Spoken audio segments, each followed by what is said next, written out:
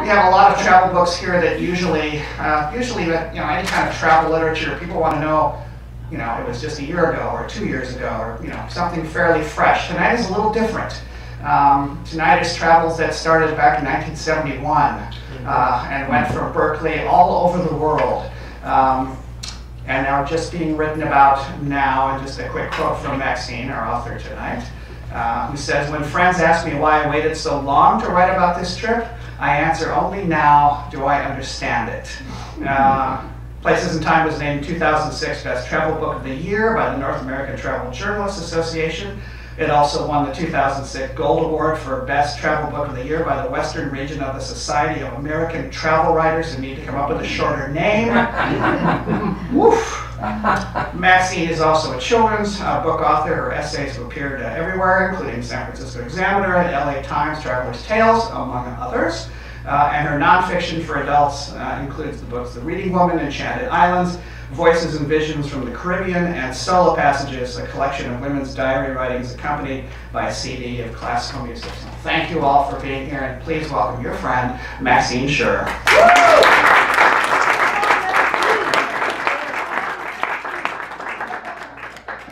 See, I told you it was going to be fun.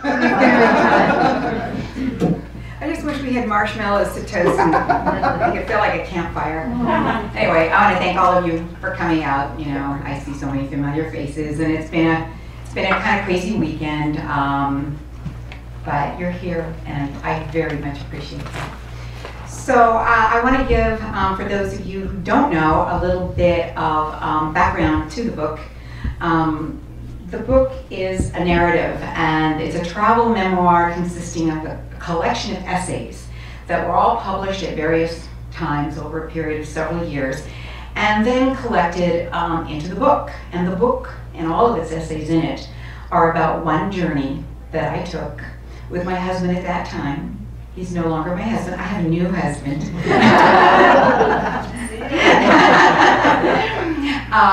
And that journey started in Berkeley, California in 1971 and ended up with immigration to New Zealand.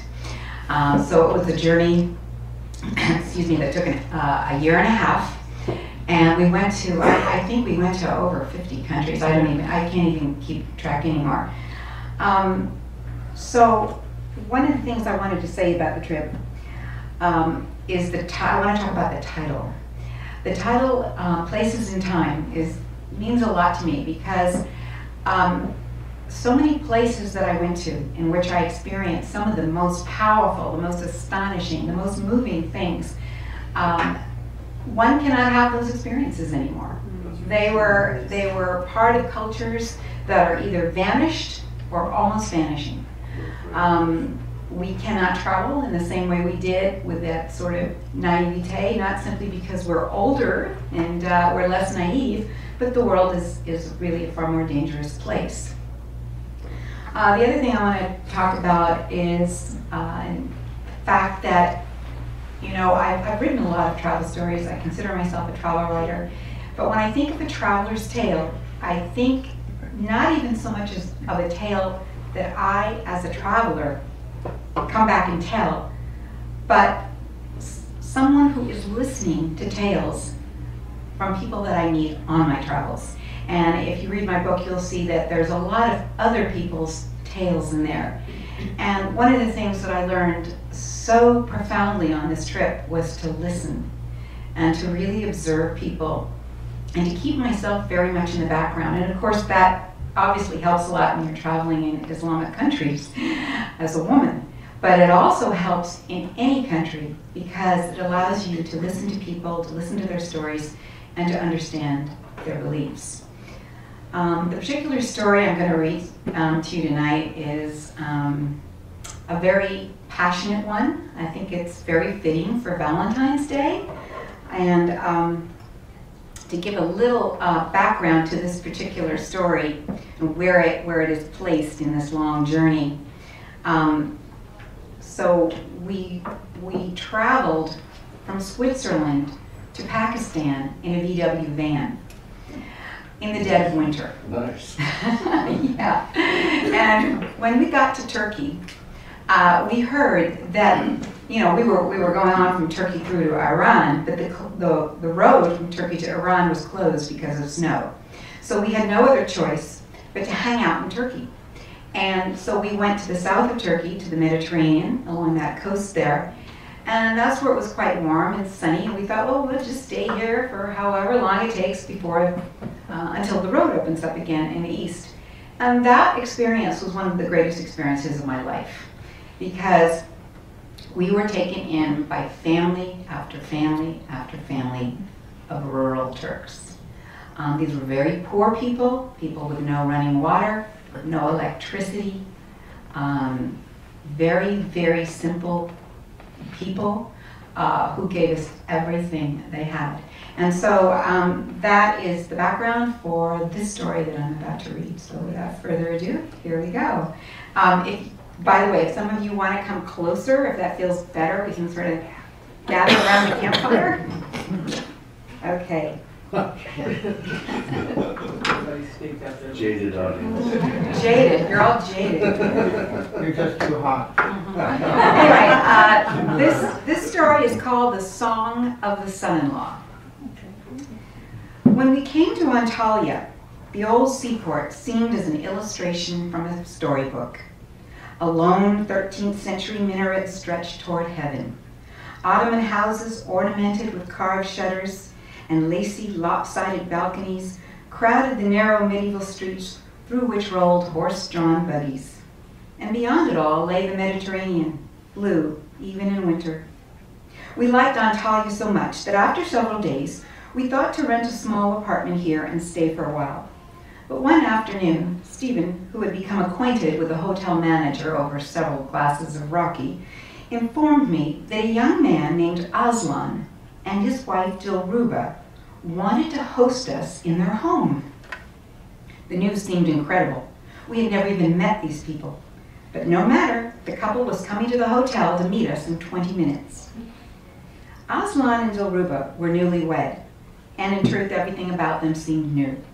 They were innocent and fresh-faced. They saw themselves as hosts to the stranger. Aslan and Dilruba insisted we stay in their miniature home, and for 2 weeks they gave us bedding and meals and, best of all, friendship. Aslan was an employee of the town planning office, and Dilruba was a dark-haired beauty in traditional baggy pants and a white headscarf. Her wrists were circled with thin gold bangles. She was 7 months pregnant, and how their home would accommodate a baby puzzled me. The house, built by Aslan and his brother, was only 2 tiny rooms furnished with cushions. No electricity, no plumbing, and outside at a good distance stood a water pump and an outhouse. Dilruba cooked in the crude fireplace. She produced complex and luscious food. Lamb stew with aubergine, squid fried with tomatoes and onions, mullet soup, tangerine salad with homey creamy yogurt, and hot thin bread which we wrapped around little green olives in the morning. Our meals were taken from bowls on a giant brass tray placed on the floor. We ate with our right hands, placing food on our plate from a large painted wooden spoon. For warmth, the room had a small free wood-standing stove, which they called the sopa, and upon which a kettle of boiled water steamed throughout the day. After supper, we roasted peanuts on top of the stove as we sat drinking little glasses of sweet black tea. And then Dilruba took silk comforters and sheepskins out of a carved wooden chest, and she spread them over the cushions on the floor. This was our bed. She extinguished the sooty oil lamp, but the embers in the fireplace still shed a glow of light and kept the room warm and smoke-tinged. Staying with Aslan and Dilruba was our introduction to traditional Turkish life. Now, Aslan insisted that the great advantage of staying with them was that he could easily introduce us to people who would rent us an apartment. Yet, not a soul to whom we were taken could have rented us a thing. The truth was that Aslan enjoyed bringing us to various homes, where we were much observed while being treated as honored exotic guests that he could show off. At first, he took us to the homes of his neighbors, simple people like themselves, whose poverty was diminished by the richness of their culture.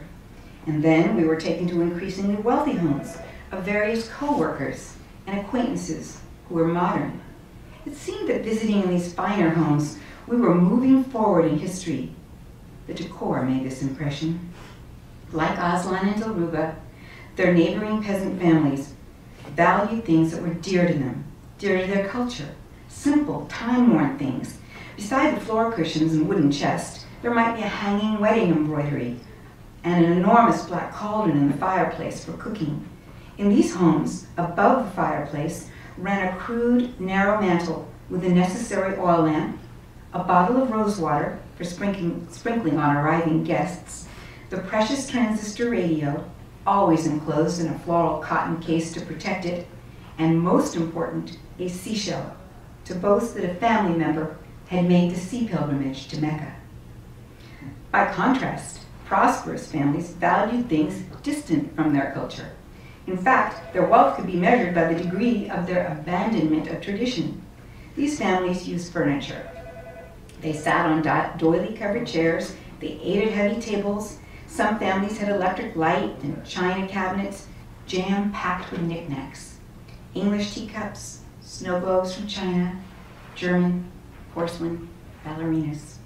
They served white bread and butter to us and tea with milk so that it seemed as we met increasingly well-off Turks, they were not only more modern, but more foreign to themselves, resembling not Turks, but the British working class.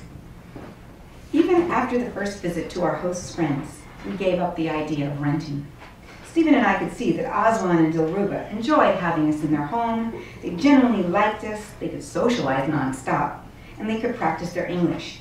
Yet, after 2 weeks, we knew it was time to move on further east along the coast to Mersin.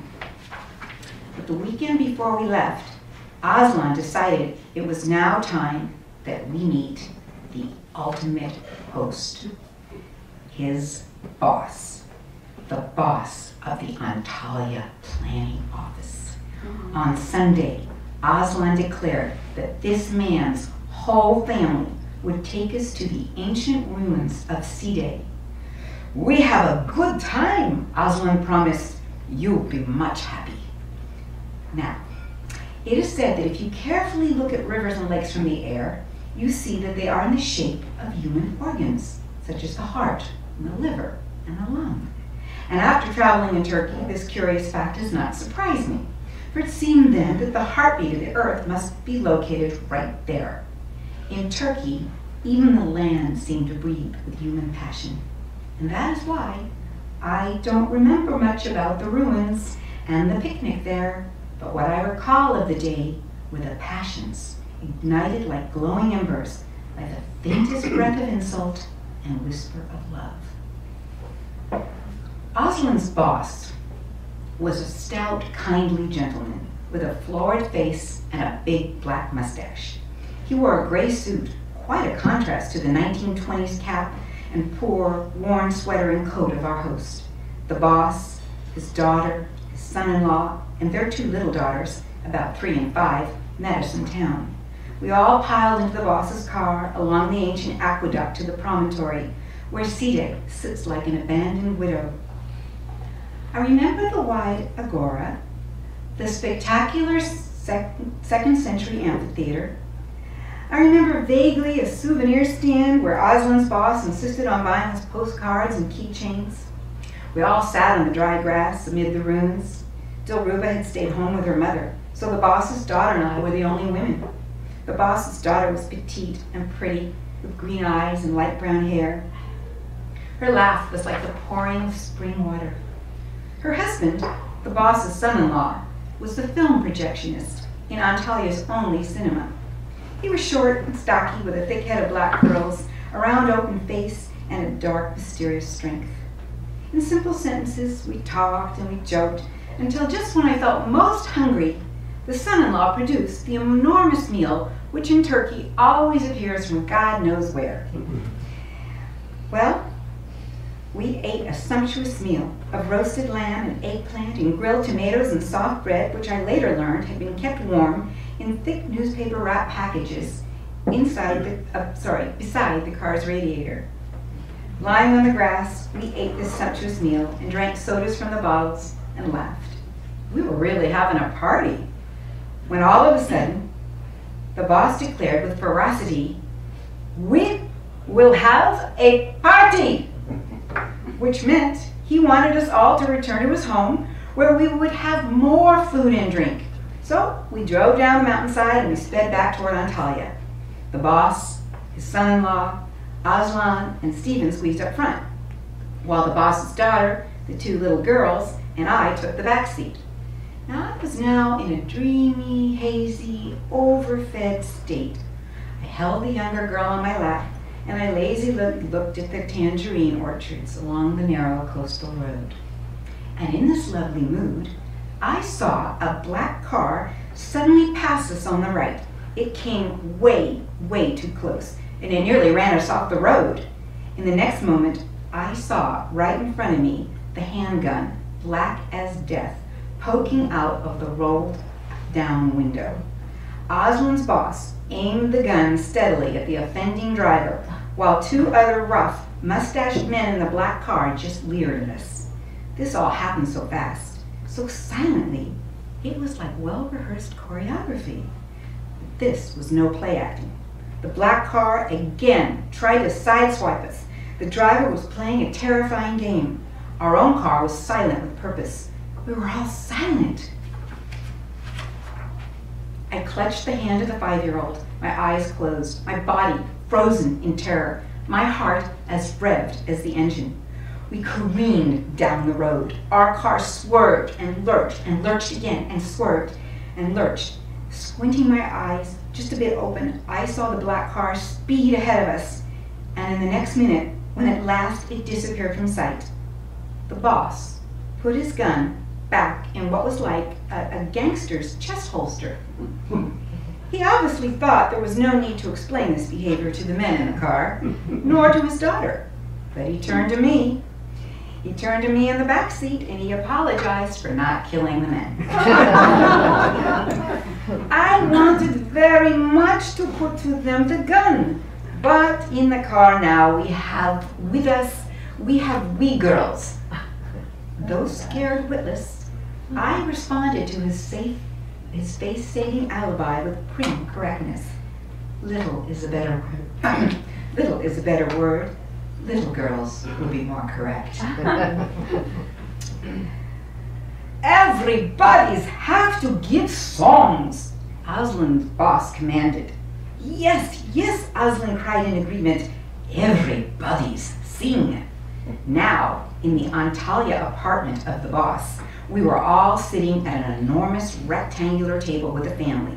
Aslan, the boss, his tall, quiet wife Fatma, his daughter, his son-in-law, and the boss's mother, an ancient woman who wore a turban, smoked a pipe, and was so tiny that she perched high on a stool throughout the evening, a miniature matriarch enveloped in smoke.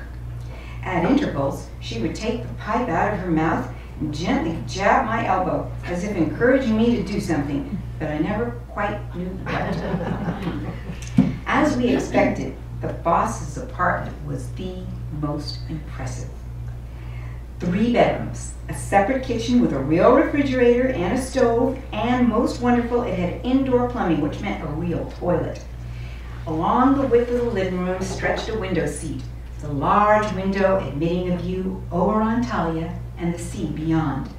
And against the long wall stood a hard red sofa, and above the sofa hung a velveteen rug with a portrait of President Kennedy. And propped on the sofa itself were velveteen pillows with portraits of the 2 slain Kennedy brothers, like one might have bought at that time in Tijuana. Most impressive, however, was the opposite wall with its immense framed color photograph of former President Mustafa Kemal Ataturk, founder of modern Turkey. The picture was encircled by small Christmas tree lights in all different colors, and they blinked on and off throughout the evening. The boss's wife, Fatma, was as shy as her husband was boisterous, and yet she initiated the impromptu talent show by singing in a light, rippling voice a song that was translated to us as "About Flowers in Springtime." And when it was my turn, I had drunk so much Rocky to calm my nerves from the car incident that I was unable to think of a single song. However, with much urging from the hosts, another glass of Rocky, and an elbow jab from the matriarch, I did suddenly remember the words to a song. I want to be loved by you, just you, and nobody else but you. I want to be loved by you alone. Boop, boopy doo. Ooh. I want to be, well, I tried to sing it like Betty Boop in a high little girl voice, and I sang it to the grandmother, right to her. She cackled happily as I crooned. The others sat solemn and respectful, as if I were singing my national anthem, and the whole thing was pleasantly absurd. The boss's daughter sang shyly a funny song about children. That's what Aslan said it was. And Aslan sang a happy song about a sailor, and Stephen sang Satisfaction very, very badly. And then mercifully, food appeared. A turkey stew, roasted lamb and rice mixed with spinach and eggs, noodles with white, sharp cheese, cucumber soup with fresh dill, orange and onion salad, fava beans in a tomato sauce, potatoes and onions fried in oil, white bread, Rocky, and beer. Stephen and I were touched by such generosity. In America, what we called the establishment at that time would have viewed us as no more than insignificant hippies. Yet here, at the home of this important local official, our presence was viewed as the stimulus for a gracious celebration. After eating and drinking, the son-in-law rose, and he stood at the front of the room. He turned off the electric lights, except the one at the front where he was standing, and then he announced something so grandly as if to a large audience. What is it? What is it he's saying? We asked Aslan. Aslan replied, he say, now he sing. The son-in-law composed himself in a long moment of silence, and then he began to sing in a voice so strong and so passionate, I thought his heart would break. What is he singing about? I whispered to Aslan, and Aslan replied, he is singing about his kichirma, how he stole my boss's daughter. Oh my God. Stole her? Really? Really? I saw a girl so beautiful, my very soul was inflamed. But I must not go near her. If I do, we will be shamed. If I do, we will be shamed. The son-in-law sang louder and louder. With his large, dark eyes, he pleaded his song, weeping like a mariachi. The girl was rich, but money to her father I could not give. Without her, I could not live. Without her, I could not live. The son-in-law raised his arms, and he danced in ecstasy. His robust voice filled up the room. He poured out his song as if it were rich wine. Am I not a man? He cried. Am I not a man? I value love more than life. I stole her on horseback. To the mountains I took her. Ha! Now she was my wife. Oh, now she was my wife. From the ardor of his soul, the very room seemed to change. It felt warm as a summer night. The lights around Ataturk seemed to blink in time with the song. The grandmother's pipe smoke scrolled across the room in white curls of Arabic calligraphy and hung over us like a prayer. And then, like a suddenly reformed sinner in a gospel church, Aslan's boss sprang from his chair. Wrapping his arm around his son-in-law, he bellowed, "An outrage to our family! With my sons I followed fast. We will kill the bandit. We will put to him the gun. He will be a dead man before he be my son. Oh, he will be a dead man before he be my son." Father-in-law and son-in-law hummed together as two engines some mechanic had set in perfect sync. The father-in-law sang so loudly that at first we did not hear the rapping at the door. I found them in the mountains like thieves in the night. I put to you with a gun, I said. Oh, that will make things right. Father, my daughter pleaded, I love him like my life. Oh, I know that he is poor and bold, but I will be his wife. Oh, yes, I will be his wife. The two men stamped their feet to punctuate their passion. The knocking at the door was ignored. They crossed arms and they kicked their feet high as Cossacks. Then, like dervishes, they twirled and they twirled and they twirled and they twirled around each other until the son fell to his knees and he acted his wife's part. He has not taken my honor, Father, and oh, I love him with my heart. I love him, Father. I love him, and never want to be apart. I love him, Father. I love him. I do. And if you and my brothers kill him, you will have to kill me too. You will have to kill me too. The knocking at the door was now a pounding. The son-in-law opened the door to 7 peasant men. One of the men stepped forward. He said that they were in the audience at the cinema that night, but the movie never started because the projectionist never showed up. Looking at the son-in-law, they explained that they'd come now to ask him to please go to the cinema. A whole audience was waiting.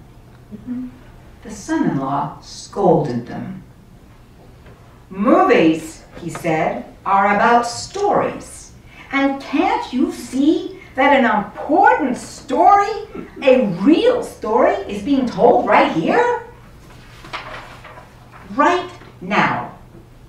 Chastised, the men with weathered faces and ragged clothes stood at the door sheepishly and waited, holding their worn caps in their large, chapped hands.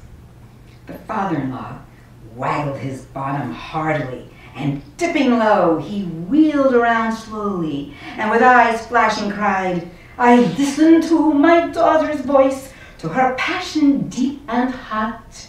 Had she but once hesitated, I would have killed him on the spot. But no, I embraced him. No, I would not put to him the gun. He must be a good man and brave. He will be my son. Oh, yes, he will be my son.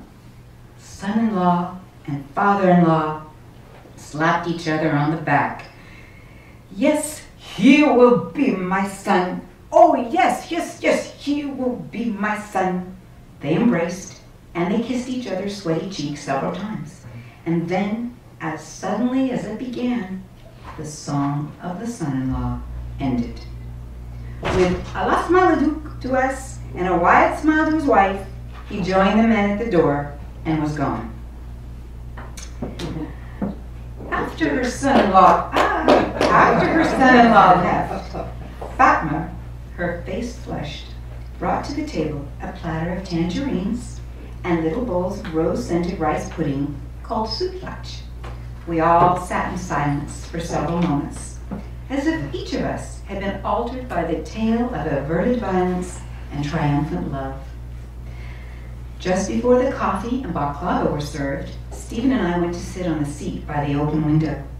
Outside, the lights of Antalya merged with the stars to create a vast, shimmering blackness.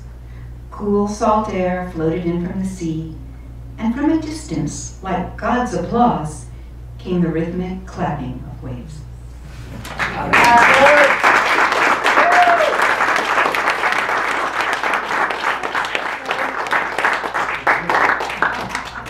That is a custom or was a custom in rural Turkey called kiz kaçırma.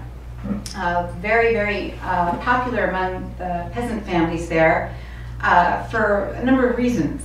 One is that the girl's family has to give a dowry, and many, many families cannot afford to give a dowry to the girl. So very slyly, they almost encourage, sometimes, the boy to kidnap the girl. It's basically an elopement. They make a big bluff and a puff about defending her honor, but then they give in and everybody's very happy and nobody has to pay dowry. Another reason could be that many of the marriages are arranged, and this is a way for two people who really are in love to make their families come together and accept it. So this was something I feel very privileged to have witnessed many, many years ago, this story. So, does anybody have any questions? How did you do all those words? Pardon me? The song.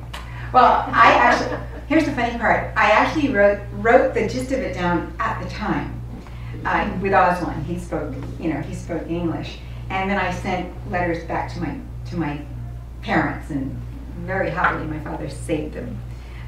In the book, actually, what I did was I got them kind of retranslated back into Turkish, so you'll see both the Turkish translation and English. Yeah. So Maxine, the songs were sung at the time in English or in Turkish? Oh, in Turkish. So then, I took some liberties with taking the gist of what he was saying and wrote those wonderful rhymes. Yes. It's so good. Yeah. Any other questions? So, Yeah. were they really trying to kill each other, or was that just kind of a, No, there's a lot of in the book there are 4 stories about Turkey, and it, there's a pattern that you see with all my experiences there. There's a lot of bluffing going on. There's a lot of showing of macho, like machismo or whatever they call it in Spanish. It's part of the culture, but that was what was going on. And I'm sure people do get killed, obviously, but luckily when I was there, nobody got killed. Yeah. But the thing about the Turks is when they're your friend, they'll do everything for you. I mean, tell you, they're the most hospitable people that I'd ever come across, but you wouldn't want to cross them. They're known to be quite fierce. Yeah. I assume you drove from like Thessalonica to Constantinople first to get to Turkey, right? Oh, no, we came in. Bulgaria? We came in through Bulgaria. Oh, okay. We came in through Edirne. Right. I was just going to ask about when we first get to the Turkish border, all these tanks from Greece and Turkey are, 150 yards apart. Well, we didn't see that. I did see something quite wonderful in my very first day in Turkey. Was really the most amazing day because we'd come across the border into Edirne, which is on the border town there. We had to change money from whatever the Bulgarian money is to the Turkish money. And so we went into a bank and we were standing in the bank, and so Stephen was changing the money, the traveler check at that time, and I was leaning up against a pillar of the bank. And one of the tellers came out from her post and started to tug at my coat. And I didn't know what she wanted. I didn't know if she wanted me to give her the coat, or that was some strange Turkish custom, or what was going on. And so anyway, she was miming to me that I need to take my coat off. And I took my coat off, and I noticed, only then did I notice that my hem had come down. So I see her go talk to the man who's all dressed up in the suit. He's the manager of this branch. He locks the door to the bank. He closes it up, he puts the close sign on. She and other 2 women tellers take my coat into a back room. They all get out their sewing things. And like an assembly line, these 3 women, this coat is like laid across the table, and they're stitching up the whole hem. And nobody else is allowed to come into the bank until that gets done. So that was such an amazing experience in itself. I thought, I'm going to really like this country, and I really did. Yeah. Do you know what it's like there now? What happened to I'm almost afraid to go back. I know that they get a lot of packaged tour groups from Europe, particularly from Germany, and I'm sure it's not the same, because when I was in Turkey, I went to places that were so isolated. I am not kidding you. I went to a village in the Taurus Mountains where the people there had never heard of America. they hadn't a clue, and they asked us, they were so frustrated when we were trying to explain. They finally said, well, who is your king? You know? So I'm sure it's, you know, what with the internet and everything nowadays, and it's all different. I read Maxine's book many, many years ago and reread it just recently. And I would recommend anyone reading it twice, because when I read it, I was much younger and I couldn't appreciate how much is in there now. It's a wonderful book. And it crosses over. It's not just travel information or you know, about the different places you went to. The stories about the people are wonderful. Thank you very much. Thank you. Even the one about Berkeley where I grew up. Oh, yeah. It starts in Berkeley, yeah. Yeah, that was great. So Maxine, did you stay in touch with those people? No, at one point, well, it was very sad. After this story takes place, there's another story that, about a family that we lived with for even a longer period of time, for a couple of months actually. And we became very close with that family. They were very, very poor. They, again, you know, no running water, no electricity. He was a fisherman, and we had lots of adventures together with these people. I had heard, I had gotten one letter from him, and it was probably now, I don't know, 25 years ago, 30 years ago. He and many members of his family and the rest of all his extended family had to move to Germany to work in factories. And it broke my heart, because I could not imagine such a strong and such a rich, such a traditional culture. I mean, I knew how these people lived. I just couldn't imagine them in a country with a different language and, you know, being foreigners. So it was very sad. And then we lost touch, so I don't know what happened with them. Yeah. Any other questions? Yeah. Would you consider writing like another book, like the second time around or something? You come to these places again that you went to all those I don't years? know. I think it might make me kind of sad. You know, I don't know. You know, that thing about you can't go home again, or you can't go back again. I think the world is, you know, as I said to someone tonight, globalization, mass tourism, war, even economic development changes culture. And so, you know, that we're talking about travel that took place about 40 years ago, and in 40 years, cultures vanish. They just do. So, I just want to read one little thing. I found this just recently. I just love it. It's by the Pulitzer Prize-winning poet Mary Oliver, and I think this kind of really connects with how I like to travel anyway. She says, instructions for living a life. Pay attention, be astonished, tell about it. That's it.